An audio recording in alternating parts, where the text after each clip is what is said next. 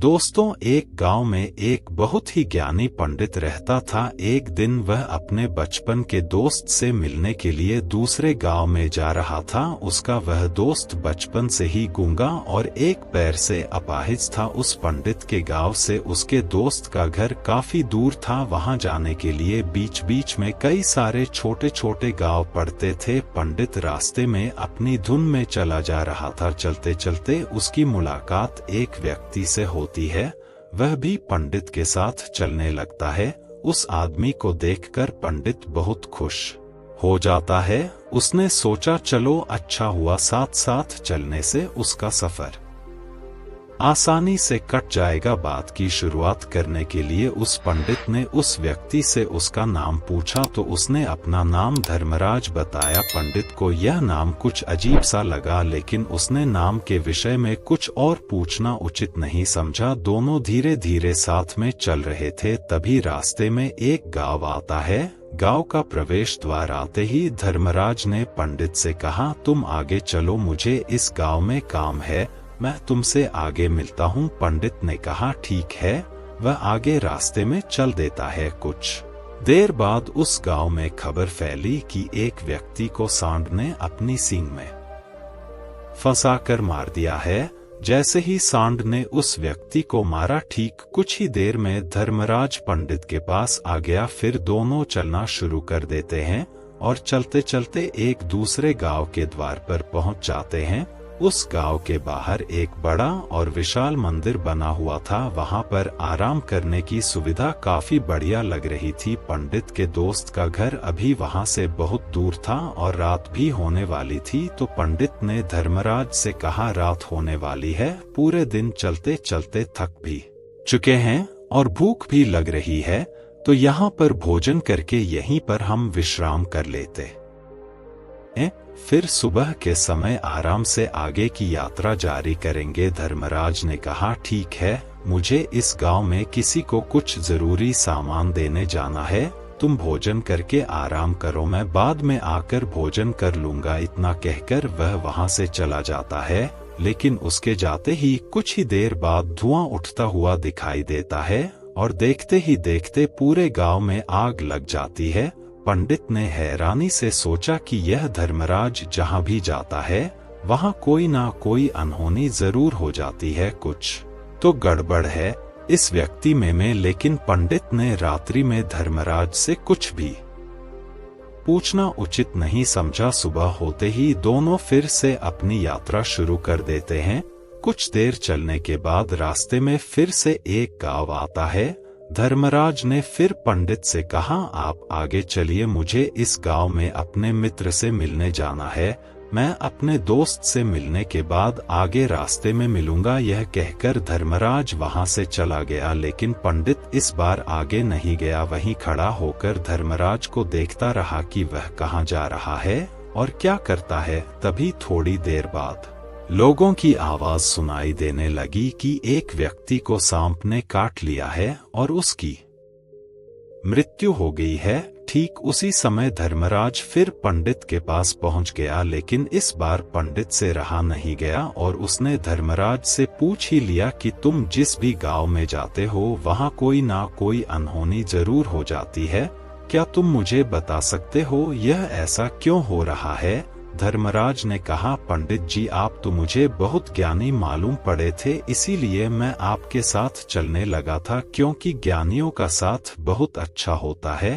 परंतु आप अभी तक समझ नहीं पाए कि मैं कौन हूँ। पंडित ने कहा, मैं समझ गया हूँ, लेकिन मुझे कुछ शंका है, अगर आप ही अपना उपयुक्त परिचय दे दें तो मेरे लिए आसानी होगी। तब धर्मराज ने जवाब दिया कि मैं यमदूत हूँ और यमराज की आज्ञा से उन लोगों के प्राण हरण करता हूँ जिनकी उम्र पूरी हो चुकी है। हालांकि पंडित को पहले से ही इस बात की आशंका थी, फिर भी धर्मराज के मुंह से यह बातें सुनकर वह घबरा गया। लेकिन वह हिम्मत करके पूछता है कि अगर तुम सच में यमदूत हो तो मुझे बताओ, अगले मृत्यु किसकी है? धर्मराज ने जवाब दिया, अगली मृत्यु तुम्हारे उसी मित्र की है जिससे तुम मिलने जा रहे हो और उसकी मृत्यु का कारण भी तुम ही बनोगे। यह बात सुनकर पंडित सहम गया और सोच में पड़ गया कि अगर सच में यह धर्मराज यमदूत हुआ तो उसकी बात भी सच होगी और उसके कारण मेरे बचपन के सबसे अच्छे मित्र की मृत्यु हो जाएगी। तो सबसे अच्छा तो यही होगा कि मैं अपने मित्र से मिलने ही ना जाऊं, कम से कम मैं उसकी मृत्यु का कारण तो नहीं बनूंगा। धर्मराज ने मुस्कुराते हुए कहा, तुम जो सोच रहे हो वह सब मुझे पता है, मगर तुम्हारे अपने मित्र से मिलने ना जाने से नियति नहीं बदल जाएगी। तुम्हारे मित्र की मृत्यु तो निश्चित है और वह अगले कुछ ही पलों में घटित होने वाली है। महाकाल के मुंह से ऐसी बातें सुनकर पंडित को झटका लगा, क्योंकि महाकाल ने पंडित के मन की बातें पीछ ली थी, जो कि एक सामान्य व्यक्ति के लिए संभव नहीं है। अब पंडित को विश्वास हो गया कि यह धर्मराज सचमुच में यमदूत ही है।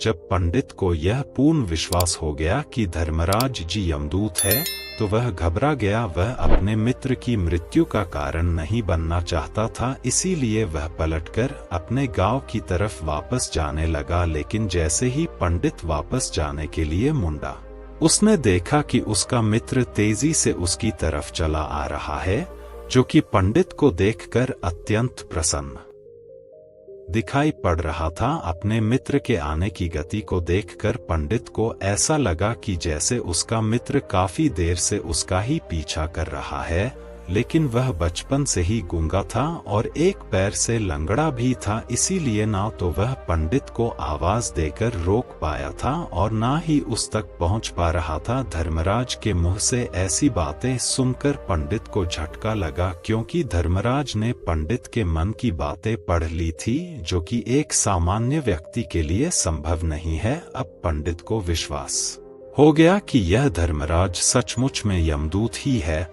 जब पंडित को यह पूर्ण विश्वास हो गया कि धर्मराज जी यमदूत है, तो वह घबरा गया। वह अपने मित्र की मृत्यु का कारण नहीं बनना चाहता था, इसीलिए वह पलटकर अपने गांव की तरफ वापस जाने लगा। लेकिन जैसे ही पंडित वापस जाने के लिए मुड़ा, उसने देखा कि उसका मित्र तेजी से उसकी तरफ चला आ रहा है, जो कि पंडित को देखकर अत्यंत प्रसन्न दिखाई पड़ रहा था। अपने मित्र के आने की गति को देखकर पंडित को ऐसा लगा कि जैसे उसका मित्र काफी देर से उसका ही पीछा कर रहा है, लेकिन वह बचपन से ही गूंगा था और एक पैर से लंगड़ा भी था, इसीलिए ना तो वह पंडित को आवाज देकर रोक पाया था और ना ही उस तक पहुंच पा रहा था। लेकिन जैसे ही वह पंडित के पास पहुंचा, अचानक ही जमीन पर गिर पड़ा और उसकी मृत्यु हो गई। पंडित हक्का बक्का होकर धर्मराज की ओर देखने लगा, जैसे कि वह पूछना चाह रहा हो कि आखिर क्या हुआ। धर्मराज पंडित के मन में उठ रहे प्रश्नों को समझ गया और बोला, तुम्हारे मित्र ने पिछले गांव में ही तुम्हें देख ली था और मैं वहीं से ही तुम्हारा पीछा कर रहा था, लेकिन गूंगा और लंगड़ा होने की वजह से वह तुम तक नहीं पहुंच पाया। उसने अपनी पूरी ताकत लगाकर तुम तक पहुंचने का प्रयास किया, लेकिन बुढ़ापे में बचपन जैसी ताकत नहीं होती, इसलिए हार्ट अटैक होने के कारण उसकी मृत्यु हो गई, क्योंकि वह तुमसे मिलने के लिए अपनी सीमाओं को तोड़कर तुम्हारे पीछे भाग रहा था। इसलिए अपने मित्र की मृत्यु का कारण भी तुम ही कहलाओगे। अब पंडित को पुनः यह विश्वास हो गया था कि धर्मराज एक यमदूत है और उसका कार्य जीवों के प्राण हरना है।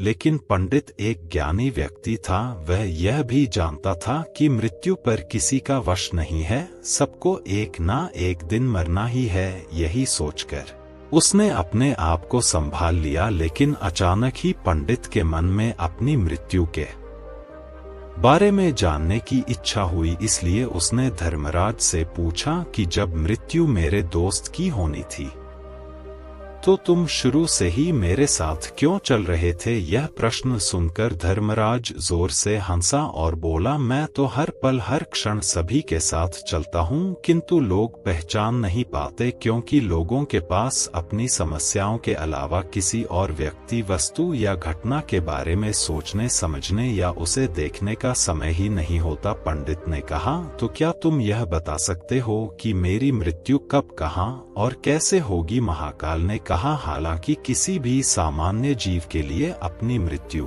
के बारे में जानना ठीक नहीं है, क्योंकि कोई भी जीव हो वह अपनी मृत्यु के बारे में जानकर बहुत दुखी हो जाता है। हालांकि तुम ज्ञानी व्यक्ति मालूम पड़ते हो और तुमने जिस तरीके से अपने मित्र की मृत्यु को सहन कर लिया है, उसे देखकर लगता है कि तुम अपनी मृत्यु के बारे में जानकर भी दुखी नहीं होंगे। तो तुम्हारी मृत्यु आज से ठीक 6 महीने बाद आज ही के दिन किसी दूसरे राज्य में फांसी लगने से होगी। और सबसे हैरानी की बात तो यह होगी कि तुम स्वयं ही खुशी से उस फांसी को स्वीकार कर लोगे। इतना कहकर धर्मराज वहां से चला गया, क्योंकि अब धर्मराज के पास पंडित के साथ चलते रहने का कोई कारण न था। इसके बाद पंडित ने अपने मित्र के शरीर का अंतिम संस्कार किया और यथाशक्ति उसके क्रियाकर्म करके अपने गांव वापस आ गया। लेकिन कोई व्यक्ति कितना भी ज्ञानी क्यों ना हो, अपनी मृत्यु के बारे में जानकर दुखी तो होता ही है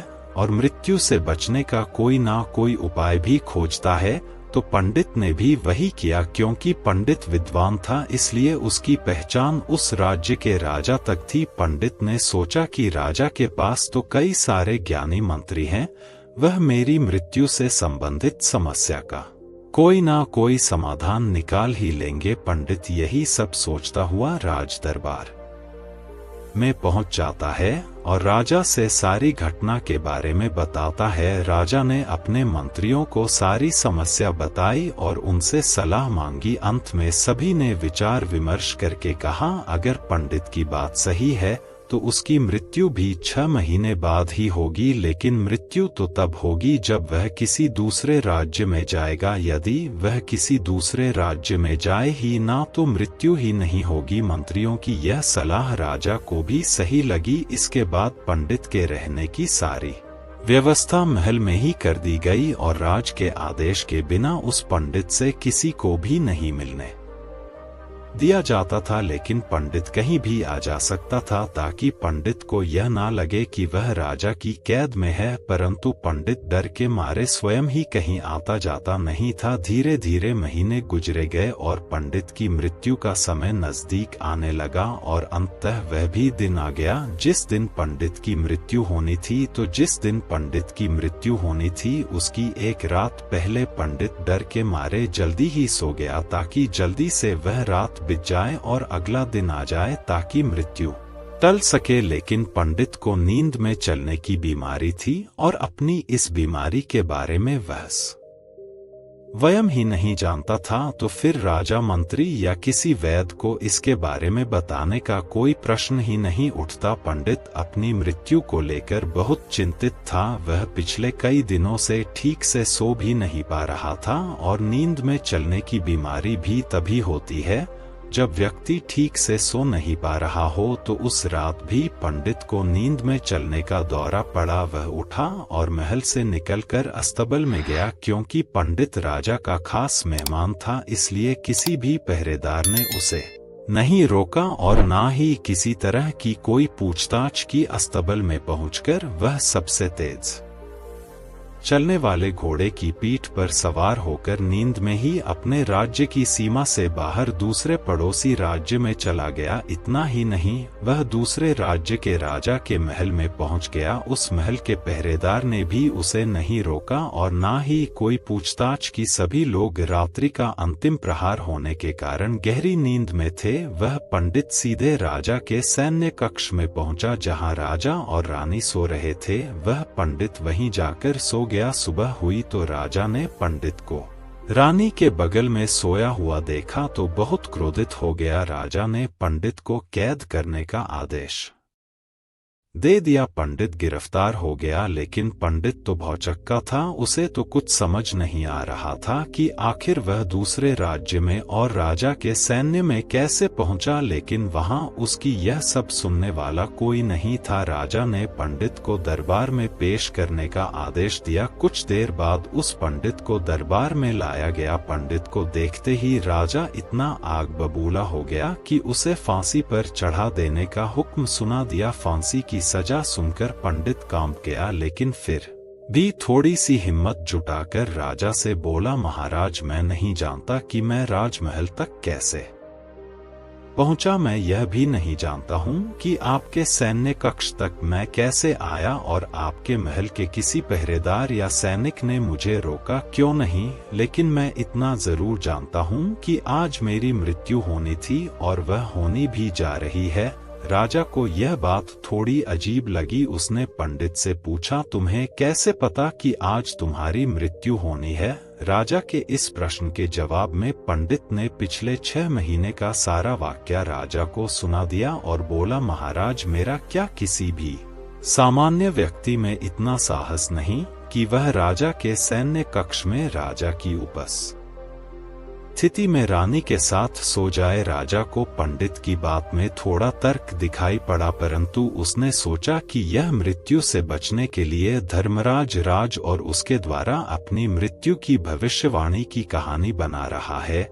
इसीलिए राजा ने पंडित से कहा, यदि तुम्हारी बात सत्य है और आज यह तुम्हारी मृत्यु का दिन है, जैसा कि यमदूत धर्मराज ने तुमसे कहा था, तो आज तुम्हारी मृत्यु का कारण मैं नहीं बनूंगा। लेकिन यदि तुम्हारी बात झूठी निकली तो निश्चित ही आज तुम्हारी मृत्यु का दिन होगा, क्योंकि जिस राज्य से पंडित आया था उस राज्य का राजा इस राजा का मित्र था। इसलिए इस राजा ने तुरंत अपने कुछ सैनिकों को पड़ोसी राजा के पास भेजकर पंडित की बात की सत्यता का प्रमाण मांगा। भेजे गए सैनिक शाम तक लौटे और उन्होंने राजा को बताया कि महाराज, पंडित जो कुछ भी कह रहा है वह सब सत्य है। पड़ोसी राज्य के राजा ने पिछले 6 महीने से पंडित के रहने की सारी व्यवस्था अपने ही महल में कर रखी थी। पंडित राजा का खास मेहमान था। कल शाम राजा आखिरी बार पंडित से उसके कक्ष में मिले थे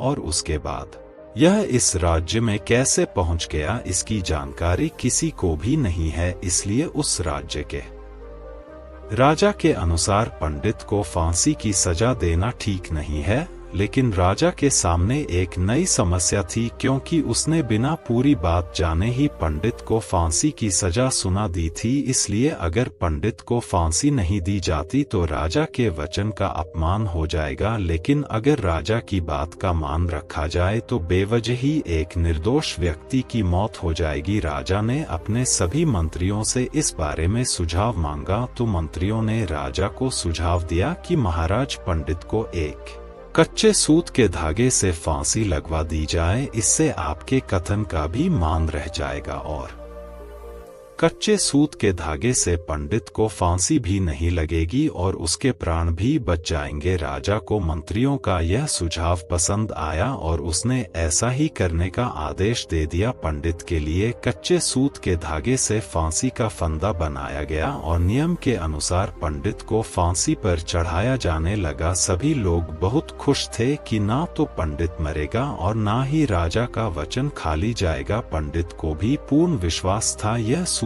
के धागे से तो उसकी मृत्यु हो ही नहीं सकती, इसलिए उसी पर चढ़ने के लिए तैयार हो गया। दोस्तों, अगर आपको हमारी वीडियो अच्छी लगी हो तो वीडियो को लाइक करें और आपके दोस्तों के पास शेयर करें और साथ ही चैनल को सब्सक्राइब करें। धन्यवाद।